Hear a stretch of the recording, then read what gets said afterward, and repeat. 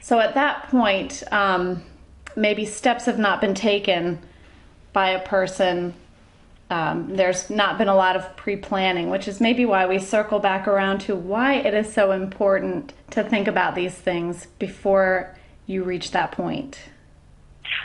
Right. And in my view, it's critically important to do so because you get to be the decision maker. So, for example, when you do plan ahead and you select whether it's family members as your fiduciary or somebody who's a professional fiduciary such as myself, or what's called a corporate fiduciary, which may be a bank trust company.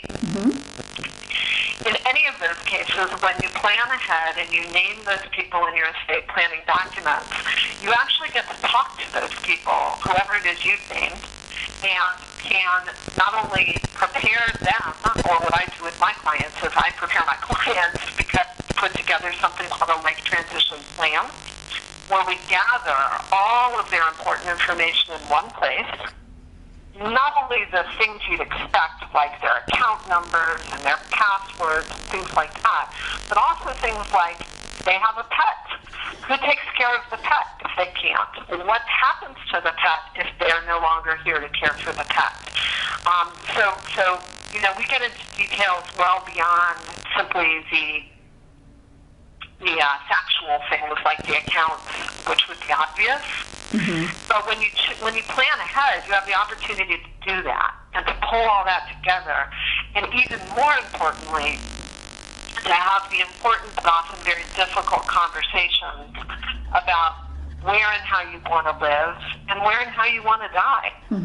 Because the people you're appointing as your fiduciary very well may be those who will be making, in the end, those decisions on your behalf.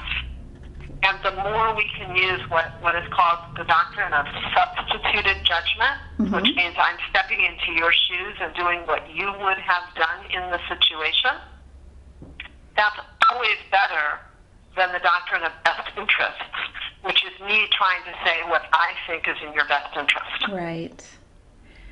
What is it that you think keeps people from planning ahead, and how can people overcome that? Most people don't plan ahead because of denial. We all like to think we're going to live forever. And especially the younger we are, the less we want to think about any of this. But honestly, the people who really must do the most planning are the people who don't think anything's going to happen to them. So younger people with young kids, it's very sad when most people don't plan, and then there's a tragedy, a car accident or something like that, and they've done no planning because then the courts get involved, and the last thing you want is the courts making a decision about your kids. Right.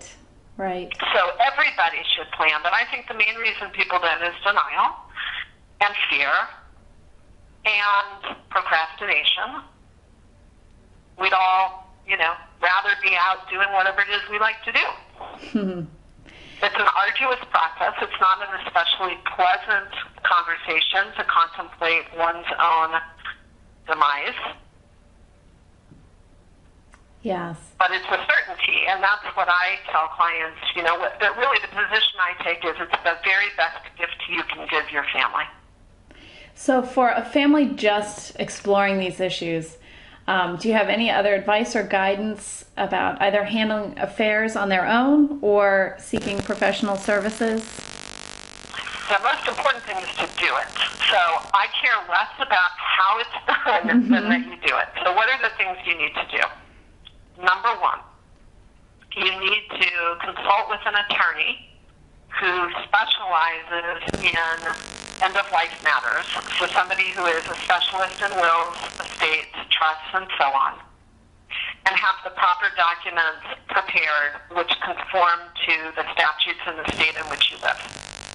A huge mistake I see people make is either not doing documents at all or going online to one of the many services or going to the office supply store and buying forms and thinking that their situation is simple and therefore that's all they need and will they'll save a few bucks by doing it themselves.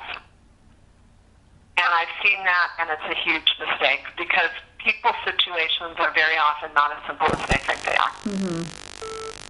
So that's the first thing is consult with an attorney who knows what they're doing, pay the money, and have your documents done properly. Mm-hmm. And then keep them up to date. So if there's major change in your life or in the statute in the state, or if you move to a different state, you need to have those documents reviewed and potentially updated. The second thing you can do is do what I call the life transition planner, but another way to think about it is an owner's manual for your life. And pull everything together into one place. And if you can do it yourself, that's awesome. Most people can't. Most people start with good intentions and get, about a sixth of the way through it, and then it goes in the drawer. Right. But do it yourself, do it with a buddy, do it with a professional. I don't care. Just do it. That's great advice. Thank you. Sheri, thank you so much for your time today, for sharing some really good information with assisted living today, listeners and readers. I really appreciate your time. Thank you so much.